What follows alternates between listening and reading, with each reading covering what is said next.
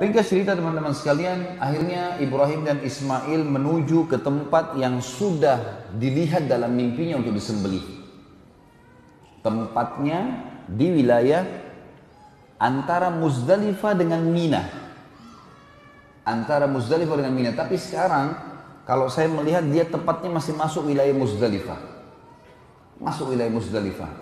Kerajaan Saudi meletakkan seperti batu kecil itu untuk mengenang kalau di situ dulu tempatnya Ismail mau disembelih.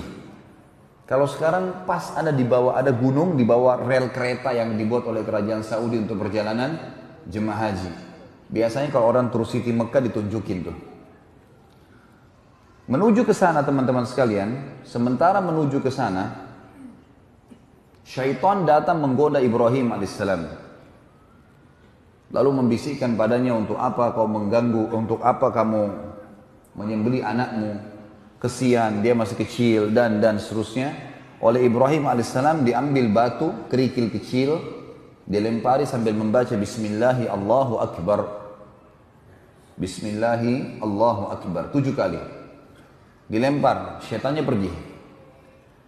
Berjalan sedikit, kurang lebih 10-20 meter, datang lagi syaitan yang sama menggoda. Ibrahim alaihissalam melempar lagi dengan kerikil kecil 7 Bismillahi Allahu Akbar. Hilang lagi syaitannya. Sampai yang ketiga kali, batu yang 7 kali yang ketiga dilempar dengan Bismillahi Allahu Akbar, lalu syaitannya hilang. Lalu Ibrahim alaihissalam meletakkan Ismail di atas sebuah batu di sebuah bukit kecil tadi. Setelah diletakkan, dan Allah Azza wa Jalla, Allah yang maha tinggi dan maha mulia, telah menceritakan kepada kita dalam Al-Quran yang akan saya bacakan nanti ayatnya, bagaimana pada saat itu Ismail dan Ibrahim dibiarkan oleh Allah yang maha tinggi dan maha pemurah, diuji keikhlasannya, dibiarkan melakukan sampai titik terakhir. Sampai dalam ayat nanti kita akan baca, pada saat keduanya sudah pasrah, betul-betul Ismail sudah menyerahkan lehernya, dan Ibrahim sudah mengangkat pedang dan mengayunkan pedangnya, memang sudah betul-betul akan disembelih. Pada saat itulah Jibril alaihissalam menahan pedang Ibrahim alaihissalam. Dan Allah berfirman padanya, hai Ibrahim, kau telah mempercayai mimpi, dan sungguh kami akan menggantikan anakmu itu dengan sembelihan domba yang besar. Sebelum saya lanjutkan, saya akan baca dalilnya surah As-Saffat yang menceritakan masalah apa tadi saya sampaikan. Surah As-Saffat, surah nomor 37, ayat 102 sampai 111. 102 sampai 111 surah As-Saffat, surah nomor 37. A'udzu billahi minasyaitonir rajim. Falamma balaga ma'ahu as-sa'ya qala ya bunayya inni ara fil manami anni azbahuka fanzur madza tara. Qala ya abati if'al ma tu'mar satajiduni insyaallahu minas sabirin. Falamma aslama wa tallahu lil jabin wa nadainahu ayya Ibrahim qad saddaqta ar-ru'ya inna kadzalika najzil muhsinin inna hadha lahuwal bala'ul mubin wa fadaynahu bidhibhin 'azim. وَتَرَكْنَا عَلَيْهِ فِي الْآخِرِينَ سَلَامٌ عَلَى إِبْرَاهِيمَ كَذَلِكَ نَجْزِي الْمُحْسِنِينَ إِنَّهُ مِنْ عِبَادِنَا الْمُؤْمِنِينَ. Maka tak kala anak itu sampai pada umur sanggup, terjemahan bahasa Indonesia kita begitu di Quran. Di sini makna yang lain tadi saya bilang, pendapat ulama adalah sudah sampai pada umur kenabian. Dan umumnya Nabi diutus berapa? 40 tahun. Baik. Berusahalah bersama-sama Ibrahim, mulailah bergerak dengan ayahnya. Ibrahim berkata, hai anakku, sesungguhnya aku melihat dalam mimpi bahwa aku menyembelihmu. Maka coba fikirkan apa pendapatmu. Bagaimana kira-kira menurut kamu? Ia menjawab, Ismail alaihissalam, hai ayahku.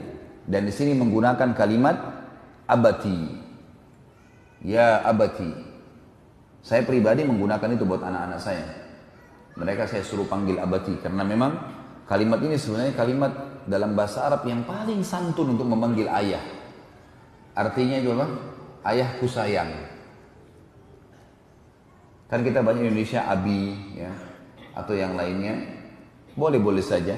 Ada yang memanggil Abu, ya, ada yang memanggil Aba dan seterusnya. Itu semua adalah hal-hal yang tidak ada masalah, mubah. Tetapi di sini di Al-Quran disebutkan, ya abatif al-ma tu'mar. Wahai abati, wahai ayahku yang tercinta, kerjakanlah apa yang sedang engkau diperintahkan. Insya Allah engkau akan mendapatiku termasuk orang-orang yang sabar. Nggak ada anak 10 tahun bisa ngomong ini. Tak kala keduanya telah berserah diri dan Ibrahim membaringkan anaknya atas pelipisnya, nyatalah kesabaran keduanya. Tadi saya bilang, waktu Ibrahim alaihissalam sudah letakkan Ismail, Ismail sudah tutup matanya, sudah pasrahkan lehernya, Ibrahim alaihissalam sudah mengangkat pedang dan diayunkan, udah dua-duanya pasrah. Ini makna daripada tafsir falamma aslama, pada saat keduanya sudah menyerahkan diri, sudah pasrah, watallahu lil jabin, sudah diletakkan di batu, sudah diangkat lehernya, pedangnya sudah diarahkan, wa nadainahu ayya Ibrahim, pada saat itulah kami panggil dia, maksudnya Jibril alaihissalam memanggilnya. Tadi riwayat menjelaskan pedang Ibrahim dipegang oleh Jibril alaihissalam, ditahan, kemudian dikatakan, hai Ibrahim, sesungguhnya kamu telah membenarkan mimpi itu. Sesungguhnya demikianlah kami memberi balasan kepada orang-orang yang berbuat baik. Ini benar-benar suatu ujian yang nyata. Dan kami tebus anak itu Ismail dengan seekor sembelihan yang besar. Kami abaikan atau kami abadikan untuk Ibrahim pujian yang baik di kalangan orang-orang yang datang kemudian. Dan makna daripada kami abadikan untuk Ibrahim pujian yang baik di kalangan orang-orang yang datang kemudian, apa yang dimaksud teman-teman sekalian? Perilaku Ibrahim alaihissalam akan menyembelih anaknya karena Allah, dan Allah ganti ketulusan itu dengan domba, jadilah sebuah hukum kurban. Dan yang kita tahu tiap tahun kita rayakan Idul Adha, Idul Kurban. Dan kata ulama, selama ada orang yang berkurban untuk Allah, maka Ibrahim dan Ismail alaihi wassalam panen pahalanya. Hampir sama dengan kasus tadi Hajar, bagaimana panen pahala. Nah di sini Ibrahim alaihissalam dan Ismail dapat pahalanya. Ini yang dimaksud ada pujian. Ya. Allah mengatakan, dan kami abadikan untuk Ibrahim pujian yang baik. Maksudnya karena perbuatannya itu dikenang, dijadikan syariat, dan dia akan panen pahalanya. Dan setiap orang sembelih di Idul Adha, orang ingat kisahnya Ibrahim dan Ismail alaihi wassalam. Juga masuk dalam masalah ini adalah pujian yang baik. Kalau Ibrahim alaihissalam adalah seseorang dengan keimanannya sangat yakin dan percaya dengan janji Allah, tidak ada keraguan sedikit pun, dan ini contoh keikhlasan dalam beramal. Ini juga berarti pujian. Setiap kali orang-orang yang beriman atau para dai, mubalik yang faham dengan kisah ini, maka mereka akan mengangkat kisah Ibrahim alaihissalam bagaimana tentang keyakinannya kepada Sang Pencipta Allah. Ini juga termasuk pujian yang baik. Masuk dalam pujian yang baik teman-teman sekalian adalah perilaku Ibrahim alaihissalam pada saat melempar syaitan 3 kali. Ada hukum dalam haji jumrah, melontar di 3 titik yang biasa kita kenal dengan jumrah sughra, jumrah usta, dan jumrah aqabah atau kubra.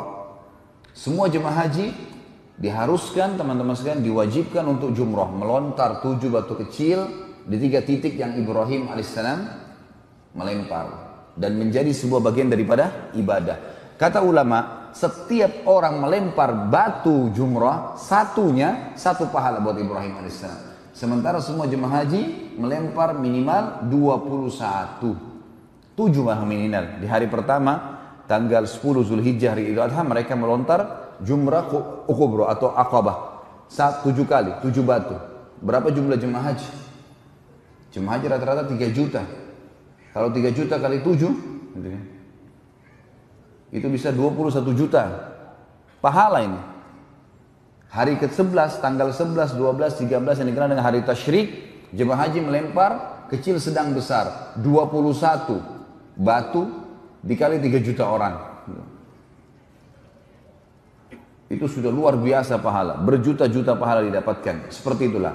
Dan ini masuk dalam makna terjemahan atau tafsir dari firman Allah ayat 108 tadi, dan kami abadikan buat Ibrahim pujian yang baik di kalangan orang-orang yang datang kemudian. Dan Ibrahim akan diberikan kesejahteraan yang dilimpahkan padanya. Demikianlah kami memberi balasan kepada orang-orang yang berbuat baik, sesungguhnya ia termasuk hamba-hamba kami yang beriman. Setelah kejadian itu, Ibrahim dan Ismail AS balik, membawa domba itu, kemudian menyembelihnya. Dan menjadi sebuah informasi di Mekah, kalau Ismail AS tidak jadi disembelih. Dan ada perintah dari Allah untuk menyembelih domba ini. Maka semua orang-orang yang beriman pada saat itu dianjurkan untuk menyembelih